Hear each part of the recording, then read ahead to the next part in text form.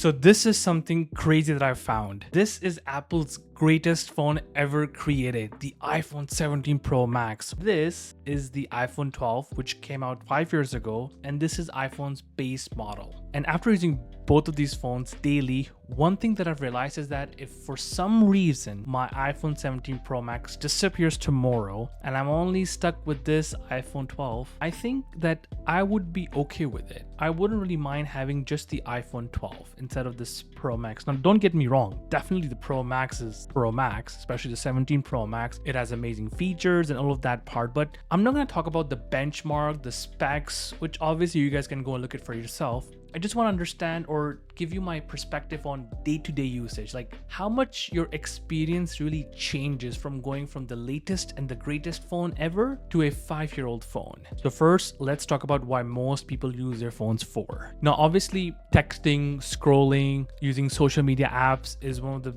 biggest use cases these days in this modern era that we live in, for shopping, for just playing games, all that good kind of stuff. And yes, the 17 Pro Max does give you a good premium feel when you're doing it on the large screen with better battery, better refresh rate. All of that is pretty cool, but iPhone 12 isn't outdated. Like, I still sometimes watch content on my iPhone 12, play games, scroll social media apps. I generally use my iPhone 12 for work purposes, but then sometimes I feel like if this was my daily driver, I wouldn't have a big problem with it. Both of these devices run the iOS 26, which is fantastic. The apps open smoothly. There's no issue, lag. Even my iPhone 12 still has a 98% battery health, which is absolutely phenomenal. So the iPhone 17 Pro Max might be strong on paper, but that does not mean that iPhone 12 is outdated at all. It just tells you that how good Apple's devices are in general. Now, the biggest difference what I felt is the camera, because obviously the iPhone 17 Pro Max has a far better camera with all the 8x zoom and all the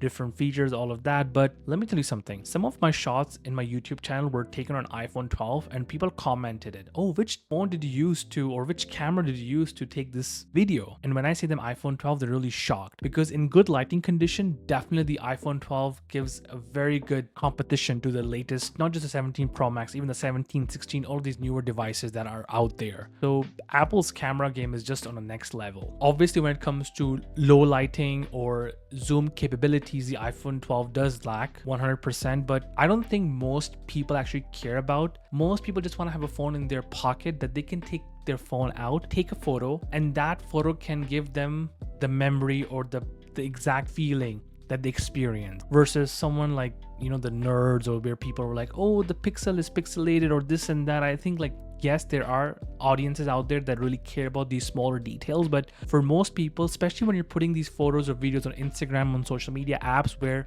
I think the content is more important than the camera quality, as long as the video is clear, it's not laggy, it's not really blurred, or the pixels are not pixelating, I think everyone wouldn't really give a care about what phone this is, or wouldn't be criticizing the photos or videos that much. So yes, I do believe the iPhone 12's camera is still amazing even in 2025, and especially going into 2026, it's gonna be still amazing. On top of that, the iPhone 12 still has an OLED display, but unfortunately it has a 60 Hz refresh rate compared to the ProMotion in the 17 Pro Max. That you would feel it, because sometimes when you have been using devices with higher refresh rate, it's hard to go back and adjust to a lower refresh rate, but that is something which I believe anyone can really adjust if they want to downgrade. But someone that's looking for just to get a new phone in today's market and is using the latest iPhones, keep them, no issues. But if you want to get a secondary device, or you want to give a device to your kids or someone that has a previous model, then definitely consider the iPhone 12.